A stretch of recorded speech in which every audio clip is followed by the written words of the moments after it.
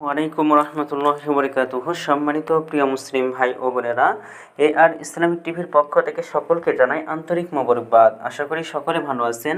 আমিও আলহামদুলিল্লাহ আল্লাহর রহমতে ভালো আছি। আজকে আপনাদের মাঝে আলোচনা করব তাকবীরে তাশরিক পড়তে ভুলে গেলে কি করবেন। চলুন আমরা জেনে নিই।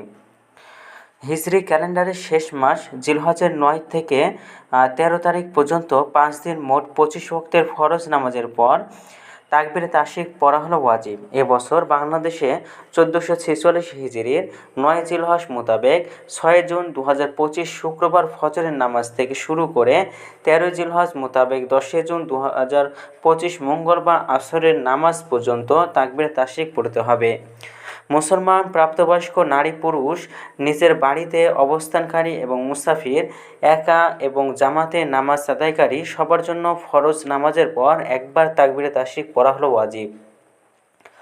ফরজ নামাজের পর নিচের জায়গা থেকে না উঠে, কথা না বলে বা অজুর সাথে তাকবীরে তাশরিক পড়তে হয়। তাকবীরে তাশরিক পড়ার আগে ক মসজিদ থেকে বের হয়ে গেলে, খ নামাজ ফাসেদ হয়ে যায় এমন কোনো কাজ করলে, ঘ অজু নষ্ট হয়ে যায় এমন কিছু ঘটলে তাকবীরে তাশরিক পড়ার সময় আর বাকি থাকে না।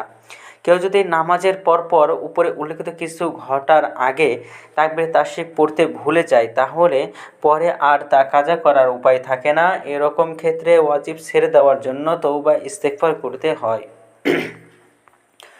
তাকবীরে তাশরিক শুধু আইয়ামে তাশরিকের জিলহজের 9, 10, 11, 12, 13 তারিখ দৈনিক 5 ওয়াক্ত নামাজের পর পড়তে হয়। এ দিনগুলোর বেতের বা অন্য কোনো সুন্নত কিংবা নফল নামাজে পড়ার বিধান নেই। তবে নির্ভরযোগ্য মত অনুযায়ী ঈদের নামাজের পর পড়বে। এই দিনগুলোতে আগের কোনো নামাজ আদায় করলে বা এই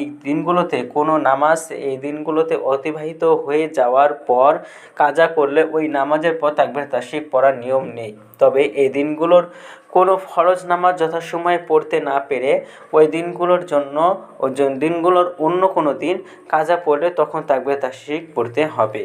তো আমাদের এই ভিডিওটি যদি আপনাদের ভালো লাগে তাহলে অবশ্যই চ্যানেলটি সাবস্ক্রাইব করে পাশে থাকবেন। ধন্যবাদ সকলকে। আসসালামু আলাইকুম ওয়া রাহমাতুল্লাহি ওয়া বারাকাতুহু।